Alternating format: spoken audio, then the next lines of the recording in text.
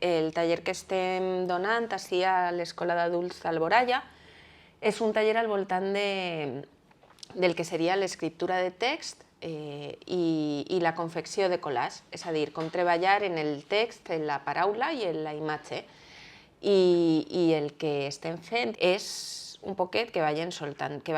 mà, que puguen fer composicions d'imatges, que se senten còmodes, sobretot, i que vagin reconeixent qüestions que són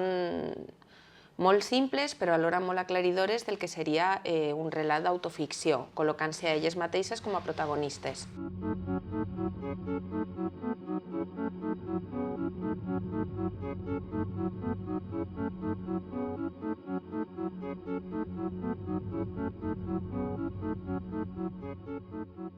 N'hi ha una cosa que té a veure en el tema de la paraula i la imatge, és a dir, quan tu tens una idea o tractes de reflectir a un text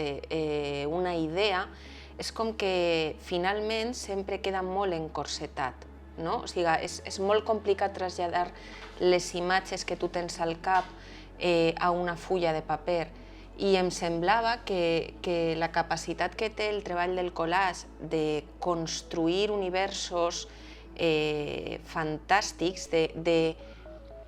d'agafar la pròpia memòria de l'espectador i la pròpia memòria de l'autor del collage, que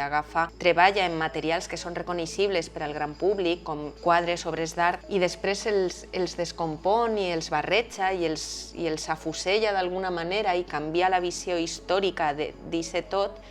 em semblava que era molt interessant per a poder treballar i completar la paraula escrita, i que te permetia posar en imatge qüestions que d'una altra manera o en altres tècniques no sé ben bé com se podria fer, per aquesta llibertat i per aquesta botxeria que té la composició del collage.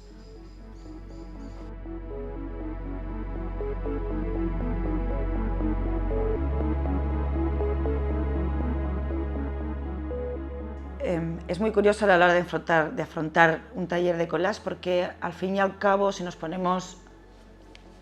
muy simple, sería como aquí tenéis imágenes, jugad, ¿no? Y eso ha sido un poco la dinámica. Sí que hicimos una introducción de lo que era el collage para que entendieran un concepto que es verdad que luego no todo el mundo tiene muy claro, ¿no? Que tiene que ver con abstracciones, que tiene que ver con desmontarlo, que tiene que ver con destruir para crear, que tiene que ver con generar contrastes. Y eso es verdad que a veces cuesta un poco. Son juegos a los que quizá no están habituadas.